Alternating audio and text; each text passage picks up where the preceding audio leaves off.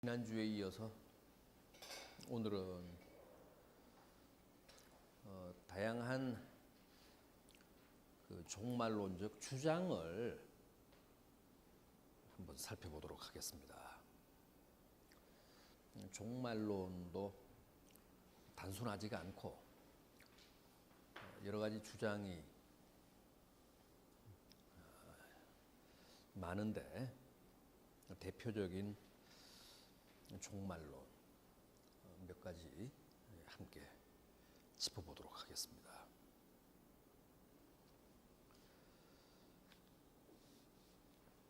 지난주에도 이미 말씀을 드렸습니다만 기독교 신앙은 종말론적이다. 기독교는 종말론적 종교다. 주님은 완전히 그 종말론적인 신념과 사상에 사로잡히신 분이었다. 이런 주장을 최초로 강력하게 했던 사람이 바로 그 알버트 슈바이처였습니다. 요하네스 바이스라는 신학자도 그렇게 주장을 했는데, 이렇게 알버트 슈바이처와 요하네스 바이스 같은 사람이 주장하고 가르쳤던 종말론을 우리가 철저적 종말론이라고 합니다. 철저한 종말론, 철저적 종말론. 기독교는 철저한 종말론적 종교라. 그렇게 주장한다는 뜻에서 그렇습니다. 1906년에 이 슈바이처가 아주 대단한 신학적 성과물을 냈습니다. 역사적 예수에 관한 연구라는 책입니다. 역사적 예수에 관한 연구.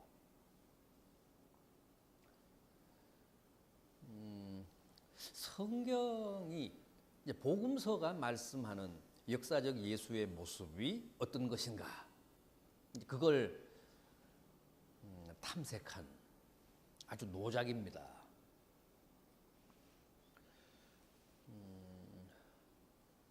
예를 들면 1800년대, 그러니까 100년간 역사적 예수에 관한 신학자들의 그 연구를 아주 총집대성해서 도대체 복음서가 말씀하는 가장 원색적인 예수님의 모습, 가장 원초적인 예수님의 모습, 예수님에 관한 해석 말고 예수님에 관한 그 선포, 설교 말고 실제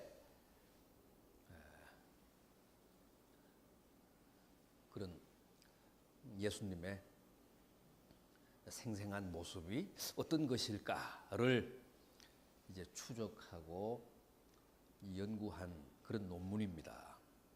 그런데 결국 그 역사적 예수에 관한 연구에서 이제 결론적으로 말한 것은 이 복음서에서는 역사적 예수의 모습을 우리가 재구성할 수 없다는 거예요.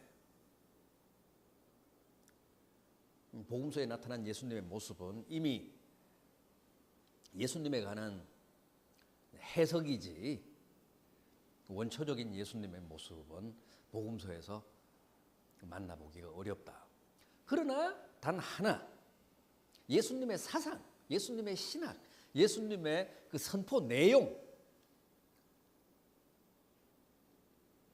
그것은 아주 원색적인 걸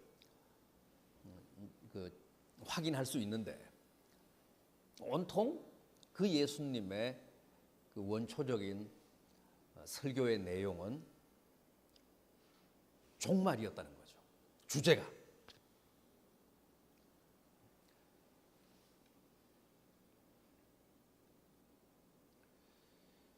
그것만은 확실하다, 분명하다. 그랬습니다. 그러나 이제 그 부분에 관한 결론도 결국 예수님의 그런 임박한 종말에 대한 기대야말로 잘못된 것이었다. 착각이었다. 어쨌든 주님은 그런 철저한 종말론적 사상에 사로잡혀서 처음부터 끝까지 종말을 선포하셨다. 하나님 나라를 설교하셨다. 그래서 예수님이 가르친 윤리나 도덕도 다 그게 종말론적인 윤리고 종말론적인 도덕이었다.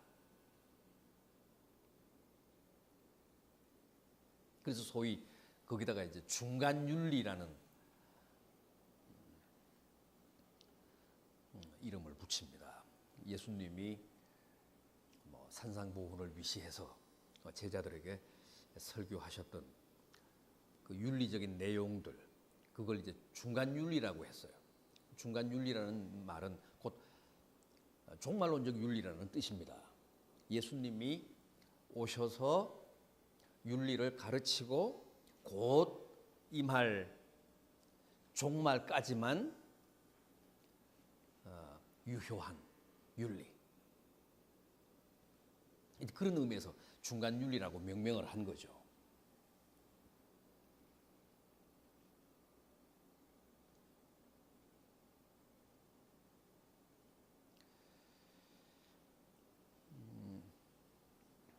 그래서 슈바이처가 결국 예수님을 그 종말론적인 착각 속에서 하나님 나라를 선포하신 분으로 그렇게 결론을 내렸습니다마는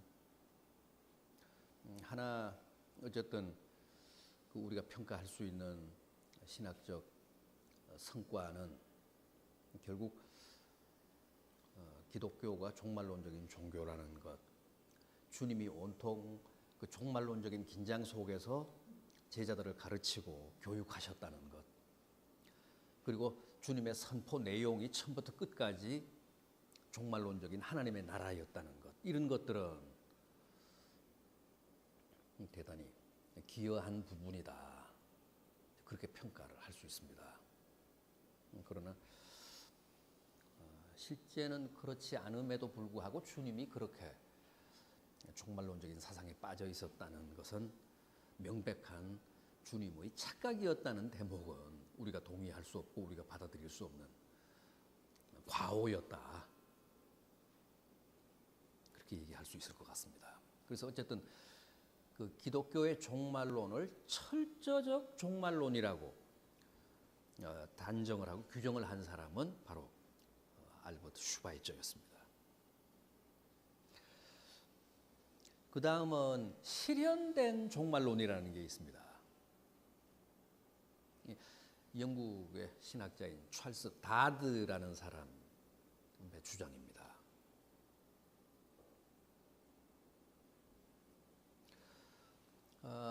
찰스 다드도 알버트 슈바이처 박사의 그 철저적 종말론에 기본적으로 동의를 합니다. 그러니까 기독교의 신앙은 철저한 종말론적 신앙이다. 그거는 이제 동의를 하는데 종말이 미래적 사건이 아니라 이미 이루어진 사건이라고 보는 거예요. 다가올 사건이 아니라 앞으로 발발할 그런 사건이 아니라 이미 실현됐다는 거죠. 실제 성경에도 보면 그런 말씀들이 나옵니다. 특히 이제 누가복음, 요한복음에 많이 나오는데 누가복음 11장 20절 같은 데 보면 내가 만일 하나님의 손을 힘입어 귀신을 쫓아내는 것이면 하나님의 나라가 이미 너희 가운데 임하였느니라. 누가복음 11장 20절에 그런 말씀 나옵니다. 그러니까 하나님 나라가 이미 너희 가운데 임했다고 하십니다.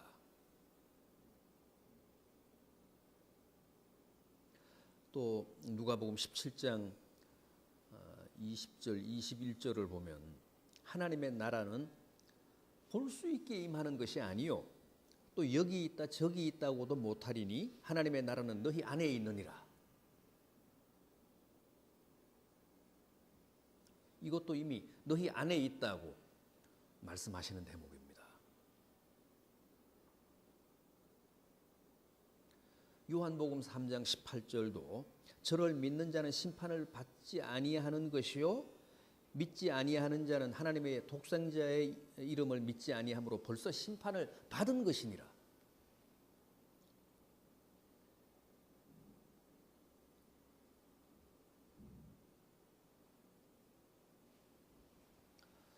그 외에도 요한복음 5장 24절 같은 데도 사망에서 생명으로 옮겼느니라. 다 이게 완료형입니다.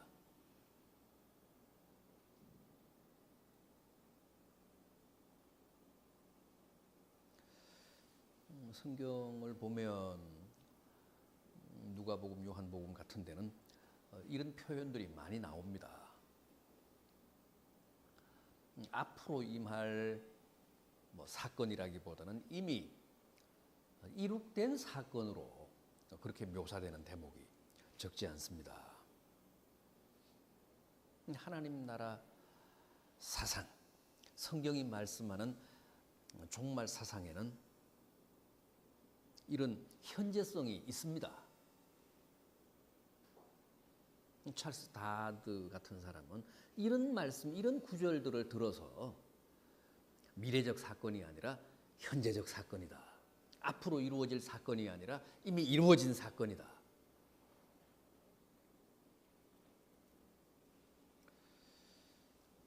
그렇게 말합니다. 이것도 근거가 없지 않고 이제 부분적으로 맞는 말이기도 하고 그렇습니다. 그럼에도 불구하고 이 현재적 종말론의 결정적인 문제는 뭐냐 하면 성경이 말씀하는 종말 사상에 이런 현재적 종말을 말하는 측면도 있다 그렇게 주장을 하지 않고 이제 이게 전부인 양 얘기한다는 거죠. 미래적 종말을 얘기하는 대목들도 얼마든지 있는데 이제 그런 부분들은 배제하고 오로지 현재적 종말만 성경이 이 말씀하는 종말론이다라고 주장한다는데 오류가 있다는 거죠.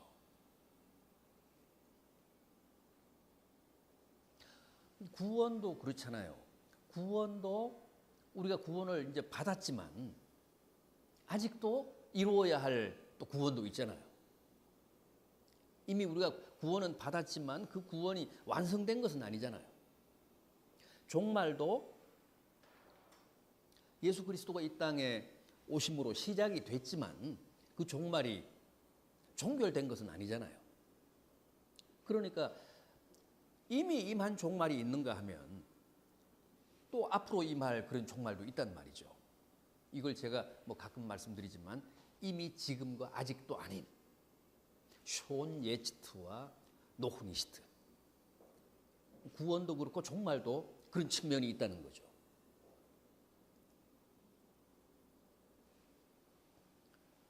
사실 주님이 이 땅에 오심으로써 종말 시대가 시작이 됐다고 봐야죠.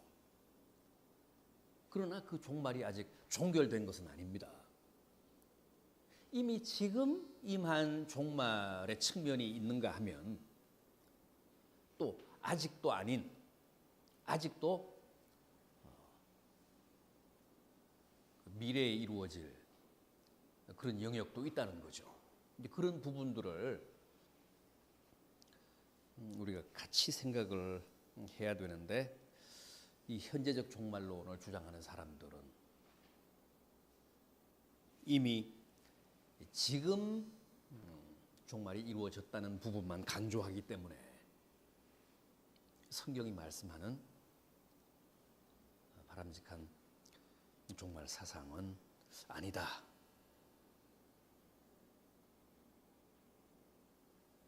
다음은 이제 실존론적 종말론입니다. 실존론적 종말론. 이건 소위 실존주의 신학자들, 루돌프 불트만을 중심으로 한 사람들의 주장이죠. 실존론적 종말론.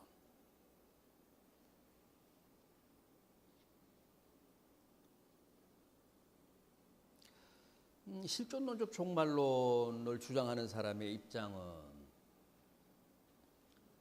종말이라는 게, 성경이 말씀하는 종말이라는 게 뭐 역사적으로 우주적으로 발생할 그런 사건이 아니라는 거예요.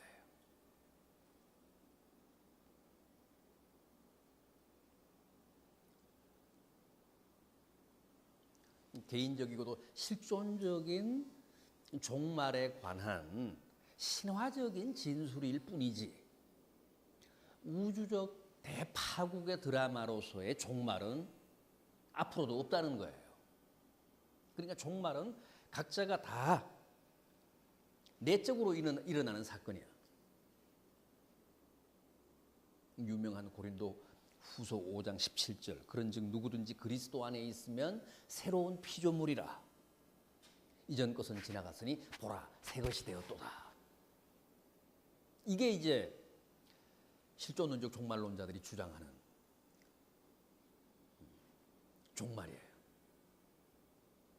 모든 사람들이 개인적으로 주님을 뵙고 옛 사람은 죽고 새 사람으로 거듭나는 사건, 중생하는 사건.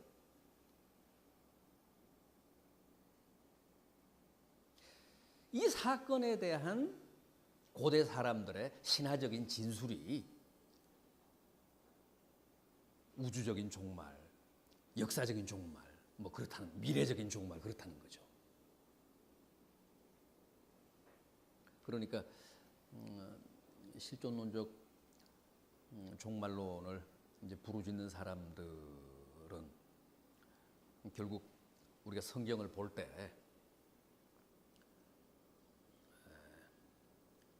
그 신화적인 요소들은 다 배제하고 그런 어떤 신화적인 진술을 통해서 우리에게 전달하려고 하는 그 핵심적인 메시지만을 취해야 된다. 그걸 이제 새롭게 우리 실정, 우리 사정에 맞게 재해석해야 된다. 이제 그런 입장이니까 성경이 말씀하는 무슨 그런 역사적이고도 우주적인 그런 종말에 관한 진술은 가치가 없어요. 그건 신화니까. 그건 다 이렇게 쳐내고 그런 어떤 신화적인 진술을 통해서 궁극적으로 말씀하는 종말에 관한 메시지가 무언가를 찾아서 이 시대에 우리들에게 새롭게 적용하고 또 새롭게 해석해야 된다는 입장이기 때문에 미래적인 종말, 우주적 종말, 역사적 종말을 다 부정합니다. 오로지 실존론적 종말만 성경이 말씀하는 본래적인 메시지라고 생각을 하는 겁니다. 그래서 이 실존론적 종말론자들은 종말이 개인마다 다 달라요. 회심이 다 다르니까.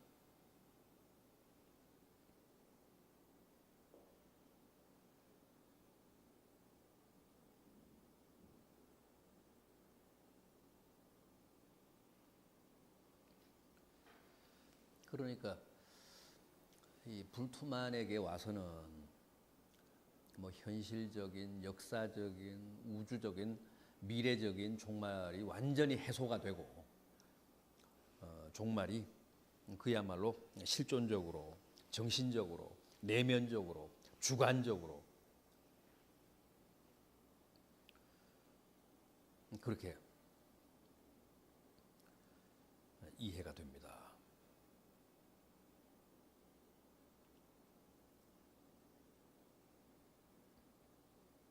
이런 실존론적 종말론이 현대 신학 전반에 끼친 영향은 적지가 않아요. 굉장히 커요. 그래서 종말을 부정하는 사람들이 많습니다. 역사적이고도 우주적인 종말을 부정하는 사람들이 적지 않아요.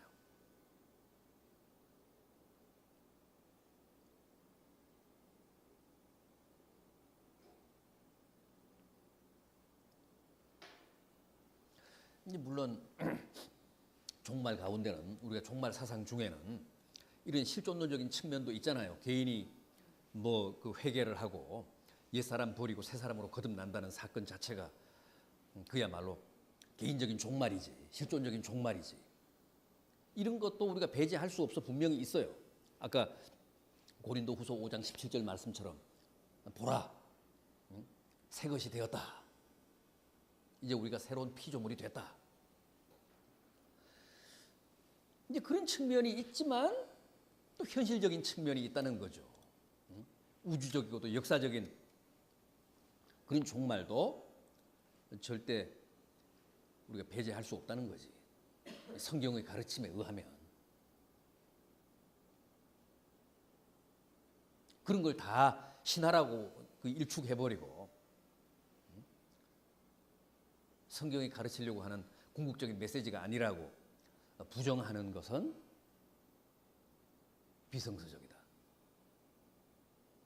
그런 내면의 어떤 종말, 사적인, 주관적인 종말도 분명히 있지만 그런 실존론적인 종말의 측면도 없지는 않지만 역사적인 종말, 우주적인 종말, 미래적인 종말도 성경은 분명히 가르치고 말씀하고 있다는 거죠.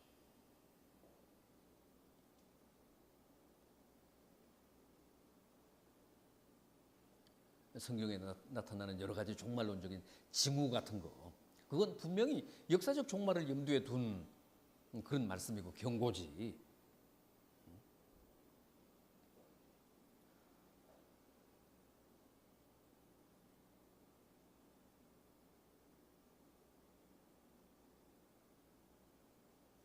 그리고 이제 미래적 종말론.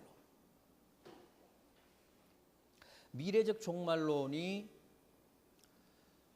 뭐 가장 최근의 종말론이라고 보시면 됩니다.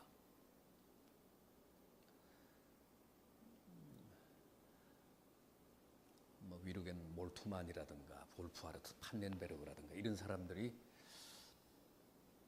주장하는 미래적 종말론. 이 미래적 종말론은 불투만의 실존론적 종말론에 대한 반발에서 시작합니다.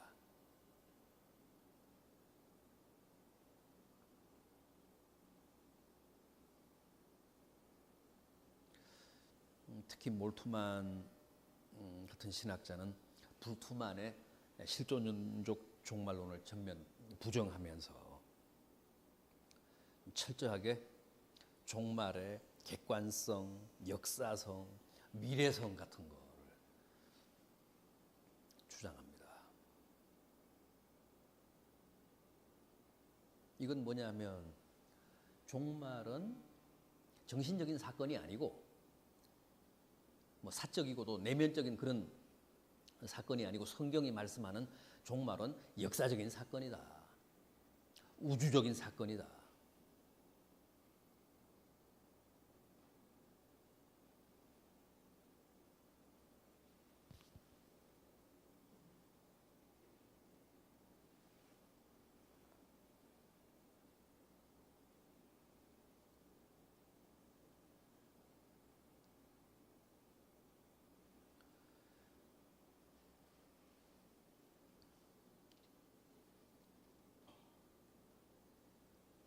이제 이게 바람직하죠. 우리가 믿고 기대하는 그런 종말론적인 모습이죠. 그런데 이제 몰트만 같은 분은 그래서 이제 몰트만의 신학을 종말론적 신학 또 희망의 신학이라고 하는데 이 종말 사건을 몰트만은 굉장히 낙관적으로 봐요.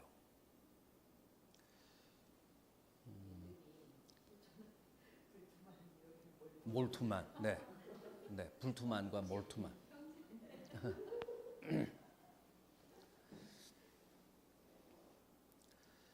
그런데 이제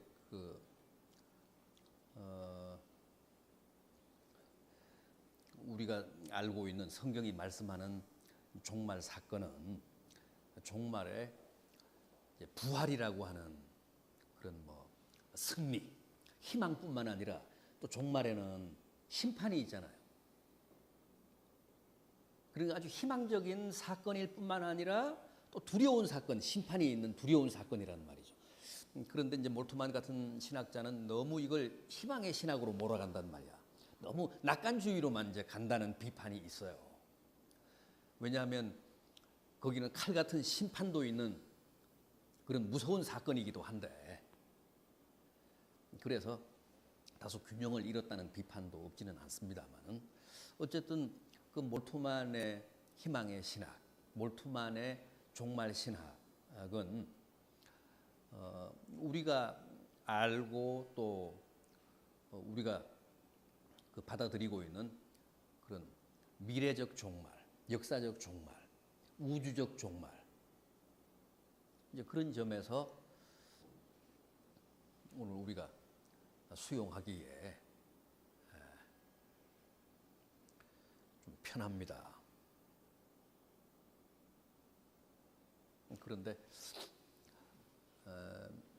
그 판넨베르그라는 신학자는 똑같이 이렇게 몰트만과 같이 미래적인 종말론을 얘기하면서 강조하는 게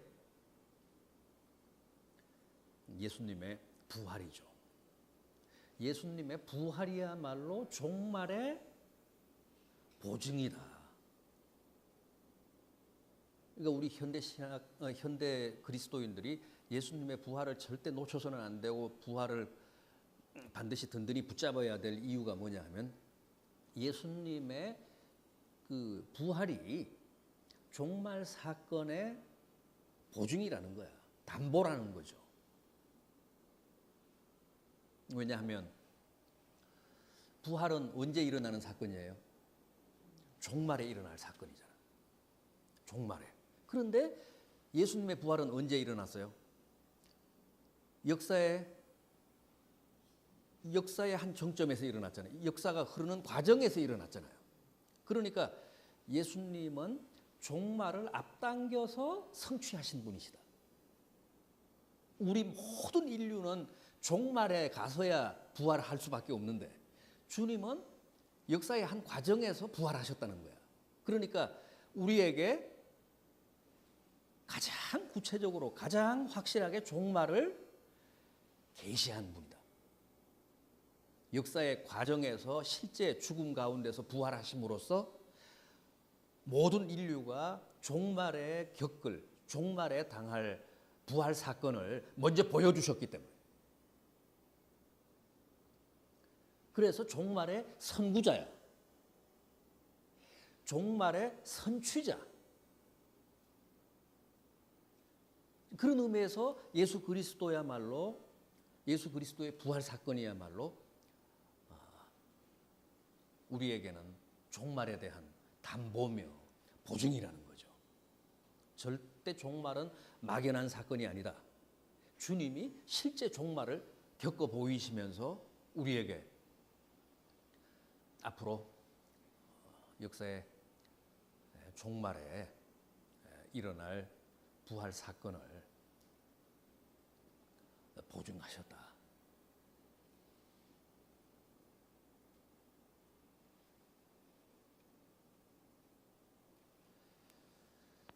그래서 특히 판넨베르그에 있어서는 예수님의 부활 사건이 아주 중요해요. 아주 중요하고 예수님의 부활 사건을 통해서 우리는 종말 사건을 확신할 수 있고 예수님의 부활 사건이야말로 우리에게는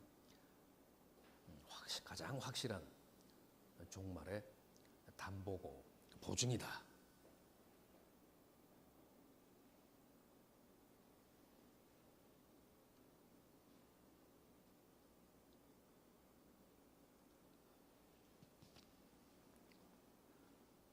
질문 있으시면 하십시오.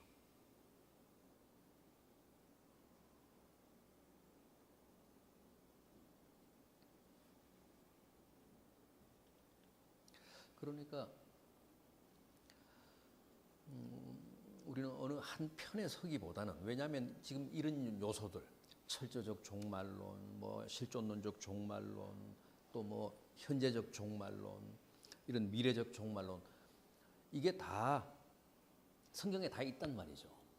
다 있는데 다른 것들을 다 배제하고 그 하나만 잡고 이게 전부고 이게 뭐 성경이 말씀하는 종말론이다라고 이제 극단하게 주장을 하는 데서 이제 오류가 발생하니까, 이런 것들을 우리가 다 포용해서 성경이 말씀하는 그런 다양한 종말의 측면들을 다 수용하자는 거죠. 다 성경이 말씀하고 있으니까, 성경에 그 근거들이 있으니까. 그러니까 이 종말 사건이라고 하는 것은 단순하지가 않아요. 이것도 그 하나의 신비고 하나의 계시이기 때문에 다양한 성격, 다양한 측면들이 있다는 거예요. 그렇게 그냥 하나로 규정할 수 있는 그런 사건이 아니고, 다양한 측면들이 있기 때문에 뭘 배제하기보다는 성경이 말씀하는 이런 다양한 측면들을 다 이제 포용해서 종합적으로 이해를 하는 게 옳다는 거죠.